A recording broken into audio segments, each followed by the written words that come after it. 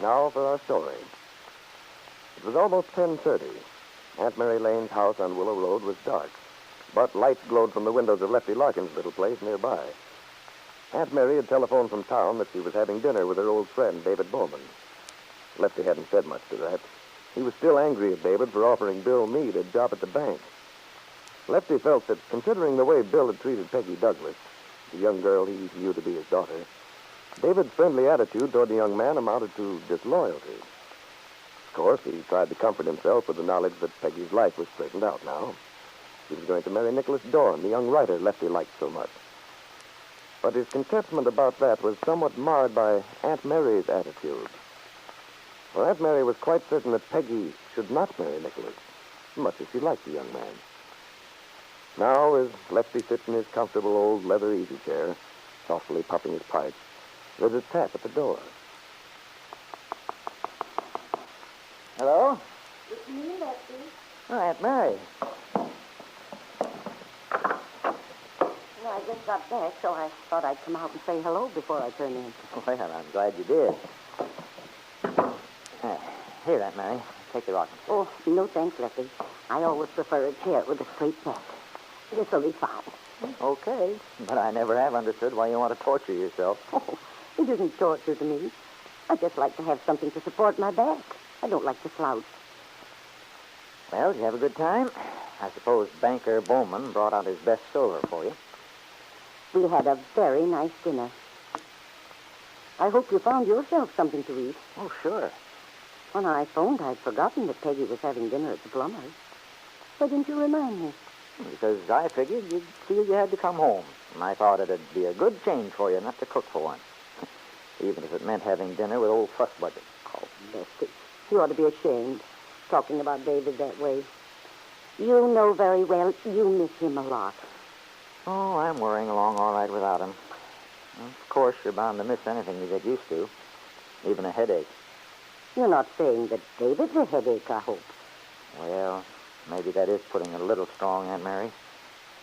I'll admit I'm prejudiced, but darn it, David ought to have better sense. He knows the way Bill Meade acted, the way he's treated Peggy. I've got no use for Bill Meade. Lefty, I think if you'd see him, know how he feels about the whole thing, you might change your mind. I doubt it.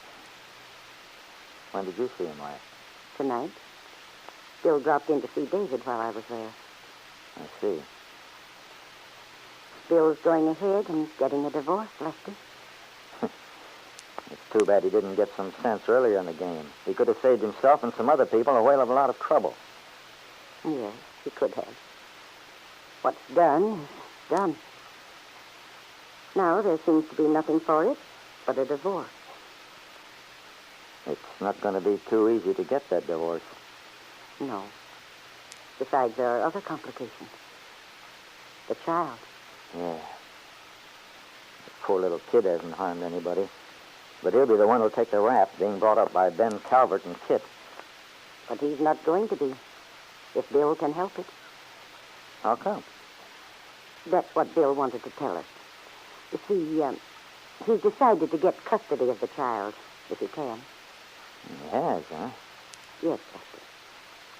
Well, if he does, that'll be one less victim for the Calverts. I hope Bill will be able to give his son a little more sense than he's shown so far. Oh, Lefty, you're so unfair where Bill is concerned. Believe me, he's worried about his responsibility. He wants to do the very best he can for the child. Anyway, that certainly closes the chapter for good and all, so far as Peggy's concerned. What do you mean? Well, you surely don't imagine that Bill would have the nerve to think about Peggy at this point. Not with a baby on his hands. I don't know, Lefty. But there's one thing I am sure of. What's that? Bill Meade is still deeply in love with Peggy. Well, that's his tough luck. Good Lord, Aunt Mary, you can see how impossible it would be. Peggy and Bill and Kit Meade's child. No matter how much you disapprove of Peggy's marrying Nicholas Dorn, I don't believe you want that to happen. Oh, of course, we're both assuming a great deal, Lefty, because it's impossible to tell how things will turn out. As David said, Bill is pretty sure to have a fight on his hands. Yeah. It's not likely that Ben Calvert would give up without a fight. Let Bill cart off his grandchild just like that. No, sir. He'll put up a fight if I know him. Lefty Larkin and Aunt Mary were silent for a moment, each thinking of the strange, unhappy situation which had been created by the birth of a baby. The child Kit Meade had presented to Bill Meade as his own, but which in reality was the son of Lisa Fenner. And now, at this same moment, many miles from Wakefield, in the house at Malibu Beach outside of Los Angeles, that young woman, Lisa Fenner, enters the living room where Paul Cromwell, Kit's old friend, stands waiting impatiently. Well, Lisa, are you all packed? Ready to go? Oh, yes, Paul. And for once, I don't think I forgot anything. Although I'll probably discover something missing after it's too late. I usually do. I will hope not. Would you have a drink of sherry before we leave? Well, have we time, Paul? If we're going to catch the train. Oh, yes. It's plenty of time. I'd hate for us to miss the train. Oh, good Lord, Lisa, don't be so provincial. We won't miss the train. Max is backing the car out now. He'll get our bags stowed away in no time, and we'll be off. What's the matter with you, Lisa? You're so jumpy lately. Just a bundle of nerves. I'm sorry, Paul. It must have been a period of uncertainty. Of being halfway between the old life and the new one. Once everything's settled, my divorce and all that. Lisa, you'll have to learn to be patient. These things always take time. Oh, I know, Paul. But it isn't just that. Well, then, what is it? It's the child, too. Well, what about the child? You know Kit's taking good care of the baby. It's all right, I'm sure. Yes. But still, I keep dreaming about it. Thinking. I try not to bother you with how I feel, Paul, but it drives me crazy. Lisa, you're surely not thinking of going back on your word. Changing your mind. Oh, no. I know it's done. It's over. But still, that's just the trouble. It isn't over, actually. That's what keeps me so on edge. There's still time to go back, and yet I realize I shouldn't. If only the legal part was settled, so I'd know there was something definite. Well, it will be settled soon. You know that. Yes. When Kit has the baby legally. When we meet it, as you said we would, get the papers taken care of, then I won't be afraid of myself. This way. Lisa, you keep talking as if you are backing down. Oh, I can't help it, Paul. But I'll be all right, I promise. When it's formally closed. You haven't told me yet where we can meet Kit. That's because I haven't heard from her yet. But, Paul, I thought we were leaving so we could meet Kit. Clear this whole thing up once and for all. And that's just what we are going to do. We're going to Chicago. Is Kit going to meet us there? I don't know, Lisa. You don't know. Paul, you don't seem to know anything.